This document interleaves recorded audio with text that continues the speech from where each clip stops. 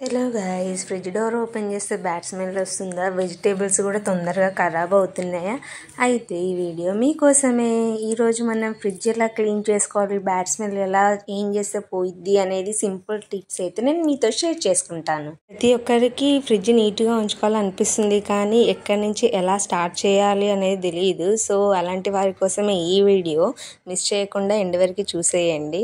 Tip number 1, fridge clean చేసేటప్పుడు plug తీసేయాలి. ఇలా చేయడం వల్ల షార్ట్ సర్క్యూట్ అనేది కాదు. సేఫ్టీ కోసం ఈ స్టెప్ చాలా ఇంపార్టెంట్. ఆ తర్వాత ఫ్రిడ్జ్ లో ఉన్న ఐటమ్స్ అన్ని బయట పెట్టాలి ఒక్కొక్కటిగా. ఇక నేనైతే ఫ్రూట్స్, వెజిటేబుల్స్ అన్ని బయట పెట్టేస్తున్నాను. ఎగ్స్ కూడా. ఈవెన్ మీరు డోర్ లో చూస్తే బాక్సెస్, గ్రీన్ కలర్ మూతున్న బాక్సెస్, అవి పచ్చడి డబ్బాలు అన్నమాట. మా ఆయనకి పచ్చళ్ళు అంటే చాలా ఇష్టము. పచ్చళ్ళు లేకపోతే ఆయనకి ముద్ద దిగదు. మీరు ఫ్రిడ్జ్ క్లీన్ చేయడానికి ఎటువంటి టిప్స్ని ఫాలో అవుతారనేది నాకు కామెంట్ చేయండి.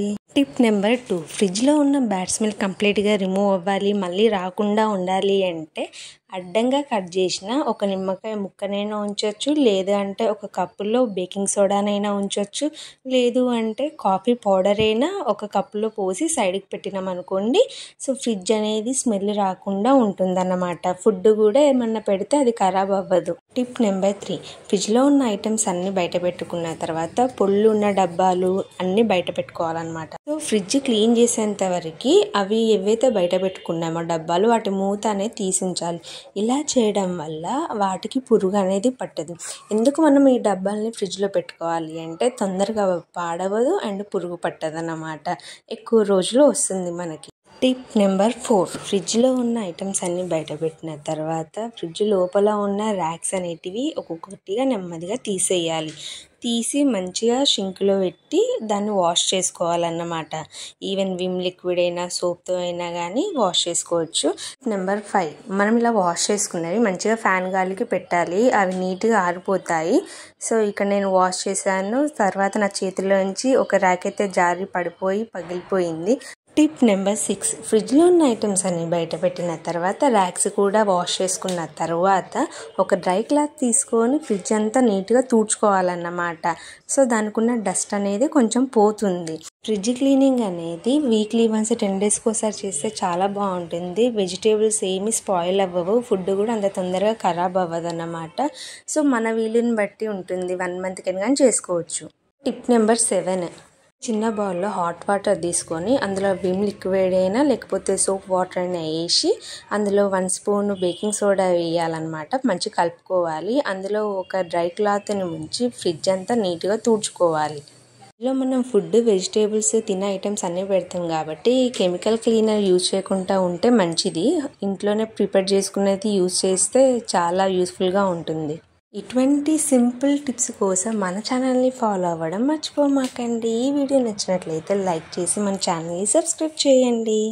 మీరైతే ఎటువంటి టిప్స్ యూస్ చేస్తారు? ఇక్కడ నేనైతే baking soda plus warm water and soap water mix చేసి క్లీన్ చేస్తున్నాను. మీరు ఏది యూజ్ చేస్తారో నాకు ఒకసారి కామెంట్ చేయండి. నెంబర్ 8, వెజిటేబుల్స్ అండ్ ఆకుకూరలు ఏవైనా ఉంటే అవి ఎప్పటికప్పుడు రిమూవ్ చేసుకోవాలి. అందులోనే ఉంచితే మాత్రం డెఫినెట్గా వాటి వల్ల ఇంకా వేరే ఐటమ్స్ కూడా ఖరాబ్ అయ్యే అవకాశం అయితే ఉంటుంది. నెంబర్ 9, ఫ్రిడ్జ్ లోపలే క్లీన్ చేసుకున్న తర్వాత ఒక క్లీనర్తోని ఫ్రిడ్జ్ బయట డోర్ ఏదైతే ఉందో స్ప్రే చేసి మంచిగా ఒక డ్రై క్లాత్తోని తుడిచేయాలన్నమాట. 4 సైడ్స్ మంచిగా నీట్గా తుడుచుకోవాలి. ఇలా చేయడం వల్ల మనకి దాని మీద ఉన్న మరకలు కూడా పోతాయి, నీట్గా కనిపిస్తుంది, షైన్ అవుతూ ఉంటుంది. ఫ్రిడ్జ్ లోపల భాగం మొత్తం నీట్గా డ్రై అయిపోయిన తర్వాతనే మనం వాష్ చేసి పెట్టుకున్న ర్యాక్స్ ఏవైతే ఉన్నాయో ఒక్కొక్కటి నిదానంగా పెట్టుకోవాలన్నమాట. టిప్ నెంబర్ 10, ఇప్పటిదాకా మనం డబ్బాలు బయట పెట్టాం కదా, వాటికి మంచిగా మూత గట్టిగా పెట్టేసి ఫ్రిడ్జ్ లోపల ఒక్కొక్కటిగా పెట్టేసుకోవాలి. సో డబ్బాలు ఎప్పుడైనా పెట్టుకునేటప్పుడు కొంచెము గ్యాప్ ఉండేటట్టు చూసుకోవాలి. ఇలా చేయడం వల్ల ఫ్రిడ్జ్లో గాలి అనేది బాగా తిరుగుద్ది అండ్ మనం ఏవైతే ఐటమ్స్ పెడతామో అవి కూడా ఖరాబ్ అవ్వవు. టిప్ నెంబర్ 11, ఫ్రిడ్జ్ లోపల ర్యాక్స్ మీద న్యూస్ పేపర్స్ కూడా యూజ్ చేసుకోవచ్చండి.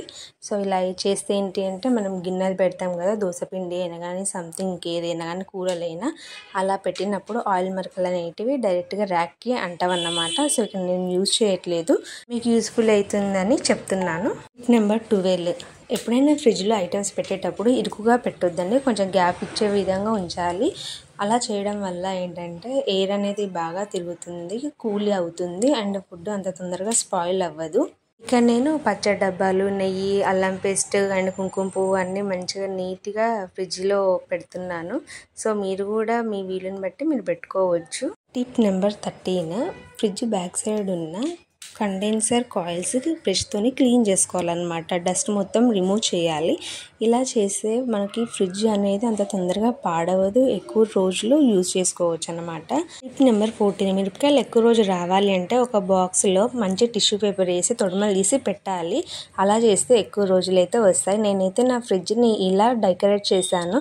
మీకు ఎలా అనిపించిందో కామెంట్ చేయండి. మరిన్ని ఇలాంటి టిప్స్ కోసం మన ఛానల్ని లైక్ చేసి సబ్స్క్రైబ్ చేయండి.